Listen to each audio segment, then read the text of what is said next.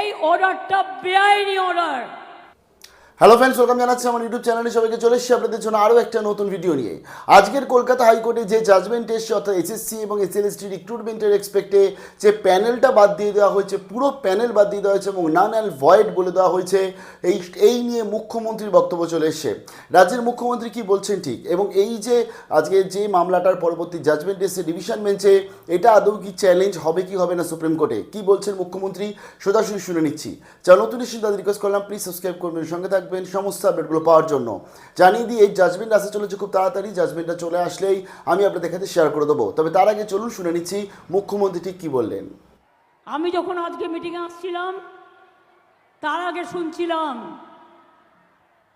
ছোট্টবেলায় পড়েছিলাম বাবুরাম সাপুরে কোথা বা যাস বাপুরে, দুটো সাপ রেখে যা যার চোখ নেই কান নেই, নানা রকম ছোটবেলায় পড়েছি, কত 1-2তে ভুলেও গেছি হয়তো। আমি এদের বলি, বোমা ফাটাবেন, বোমা। কি বোমা? না তো 26,000 টিচারদের চাকরি চলে যাবে। আমিও বলে রাখি, আমরাও লড়ে যাব, লড়াই করব। যাদের কথা বলা হয়েছে চাকরি বাতিল করা হলো, চিন্তা করবেন না, হতাশ হবেন না, কেউ জীবনের ঝুঁকি নেবেন না। আমরা সবাই আপনাদের পাশে আছি এবং যতদূর লড়াই করার আমরা লড়াই করব। একজনকে দেখলেন না, বিজেপির হয়ে ভোটে দাঁড়িয়ে গেল, তার অর্ডার ছিল এটা। সুপ্রিম কোর্ট এটাকে একদম স্যাটিসফাইড করে দিয়েছিল, দিয়ে বলেছিল নতুন ডিভিশন বেঞ্চ করে আলোচনা হোক। আরে কাকে নিয়ে করবেন নতুন ডিভিশন বেঞ্চ? বিচারের বাণী নীরবে নিভৃতে কাঁদে, কতদিন আগে রবীন্দ্রনাথ ঠাকুর লিখেছিলেন। সবাই, আমি বিচারক নিয়ে বলছি না, রায় নিয়ে আমি বলতে পারি, এটা আমার অধিকার আছে। টোটাল রায়টাকে আমরা চ্যালেঞ্জ করছি। তার কারণ 26,000 ছেলে মেয়ে মানে প্রায় 1.5 লক্ষ 2 লক্ষ পরিবার।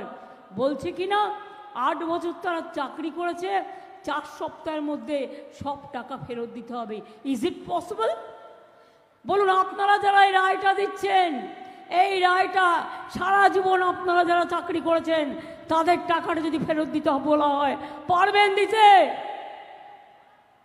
সবটাই তো সরকারি টাকায় চলেন, সরকারি গাড়িতে চলেন, সরকারি সিকিউরিটিতে চলেন।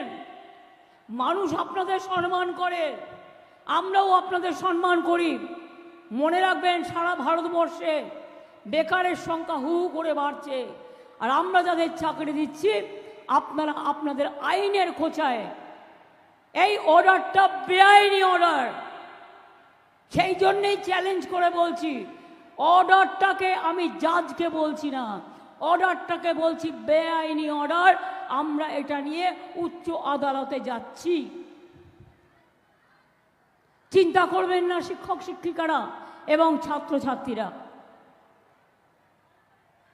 যখন বিপদে পড়বেন আর কেউ না থাকলেও আমি আছি।